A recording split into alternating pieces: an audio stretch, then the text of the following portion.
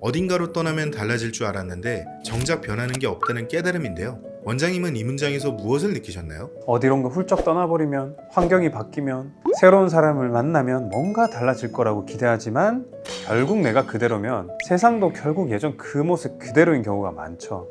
가끔 이거 다 내버려 두고 이 도시를 떠나고 싶다, 이런 생각이 들 때가 있어요. 하지만 그 감정을 조금만 돌아보면 사실 바꾸고 싶은 건 나를 둘러싼 이런 환경이 아니라 그 안에서 살아가는 나의 상태더라고요. 셋업 독서편, 전성기를 찾는 모든 사람들의 이야기를 위해. 나는 나를 파괴할 권리가 있다는 삶을 끝내고자 하는 이들의 마지막을 조용히 안내하는 한 남자의 이야기로 시작합니다.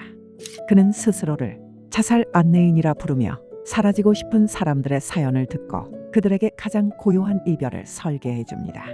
유디트, 미미, 그리고 그들을 둘러싼 사람들. 이 소설은 권태와 사랑, 존재의 불확실성 속에서 나는 나의 죽음을 선택할 수 있는가를 묻습니다. 네, 원장님 안녕하세요. 안녕하세요. 지난 이야기에서는 원장님과 함께 나는 나를 파괴할 권리가 있다 라는 책을 통해 삶과 죽음, 이해와 사랑, 그리고 외부의 힘에 흔들리는 인간의 모습에 대해서 이야기해봤는데요. 지난 인터뷰 함께 하시면서 어떠셨나요? 저도 참 여러 가지 생각을 하게 됐어요. 죽음이나 자존감 같은 무거운 주제를 다루면서도 나는 요즘 어떻게 살고 있지? 하고 저 자신을 돌아보게 되더라고요. 사실 이 책은 처음엔 좀 낯설고 무겁게 느껴졌는데 대화를 나누다 보니까 오히려 삶을 더 진지하게 바라보게 만든 책이었어요. 제목만 보면은 굉장히 자극적으로 보일 수 있는데 막상 읽어보면 삶을 어떻게 받아들여야 할지, 놓치는 감정이 무엇인지 묻는 책 같았는데요. 그래서 오늘은 그 감정의 연상선에서 조금 더 깊은 얘기를 나눠보려고 하는데요. 첫 번째 문장 시작해주세요. 삶은 늘 다른 사람의 이야기였다. 나의 이야기는 언제나 뒷전이었다. 이 문장은 세연이라는 인물이 스스로를 지어가며 살아온 인생을 고백하는 대목입니다. 원장님은 이 대목에서 무엇을 느끼셨나요? 이건 세연이라는 인물만의 고백이 아니라 많은 사람들의 마음속 깊은 이야기일 수도 있겠다, 이런 생각이 들더라고요. 사실 저도 의사라는 타이틀 아래에서 때로는 제 감정이나 욕구를 뒤로 미룰 때가 많아요. 그게 당연한 줄 알았는데 이 문장을 보고 나니까 내 삶도 누군가의 기대만을 따라가기보다는 나의 서사를 써 내려가야 되겠구나, 그런 생각이 들더라고요. 갑자기 신이 나는 거 있죠. 내게 인생이란 제멋대로인 그런 거였어요. 언제나 내 뜻과는 상관없는 곳에 내가 있고는 했거든요. 근데 지금은 달라요. 이 문장은 유디트가 처음으로 지금 이 순간이 좋다라고 말하는 장면인데요. 삶이 자기 뜻대로 되지 않아 늘 멀게만 느껴졌던 사람이 처음으로 내가 있어야 할 곳에 있다고 느끼는 순간입니다. 원장님은 지금은 내 자리에 있는 느낌이다 라는 감정을 느끼신 적이 있으신가요? 딱 떠오르는 순간이 있는데 병원 셋업 성형외과를 처음 오픈했을 때인데요. 전공의, 전문의, 그리고 봉제기 시절을 거치는 동안에 늘 누군가의 틀 안에 진료를 해왔잖아요. 근데 병원을 개원하고 진료의 방향, 공간의 분위기, 환자와의 대화 방식까지 전부 제 손으로 정하기 시작하면서부터 처음으로 그런 느낌이 들었던 것 같아요. 지금 이 자리가 바로 내 자리구나. 말 그대로 나한테 꼭 맞는 옷을 입은 그런 느낌이었죠. 그래서 저한테는 그때가 삶이 나를 끌고 간 게 아니라 내가 삶의 핸들을 잡고 있다, 이렇게 처음으로 느껴진 순간이었습니다. 불멸이 어때서요? 불멸할 수만 있다면 좋은 거 아니에요? 이 문장은 예술가인 C가 던지는 말이에요. 영원히 남고 싶다는 욕망인데요.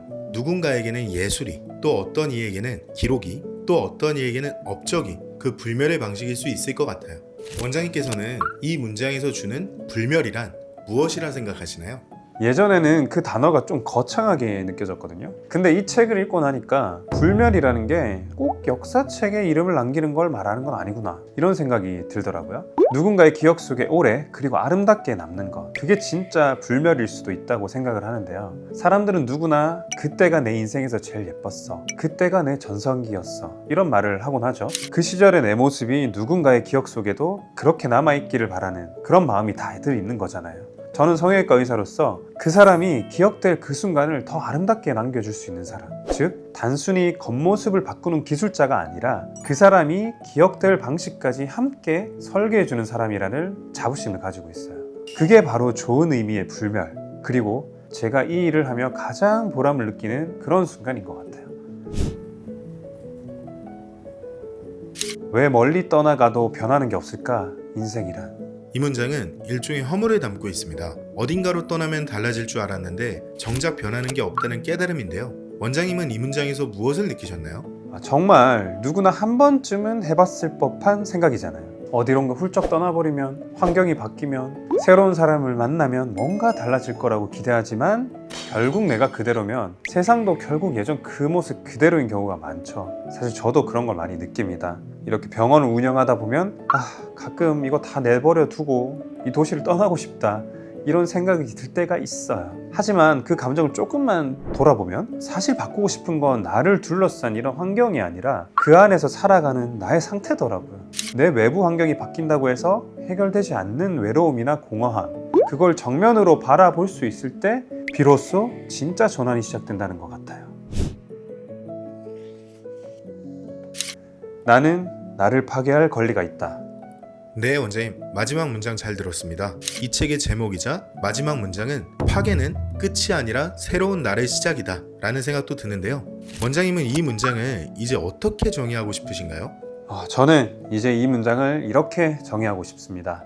나는 나를 다시 만들 권리가 있다. 파괴라는 단어가 처음에는 굉장히 극단적이고 위험하게 느껴졌는데 이제는 그게 꼭 끝장을 내겠다는 의미가 아니라 내가 나를 다시 정의하고 다시 구성할 수 있는 권리라는 말로 들려요.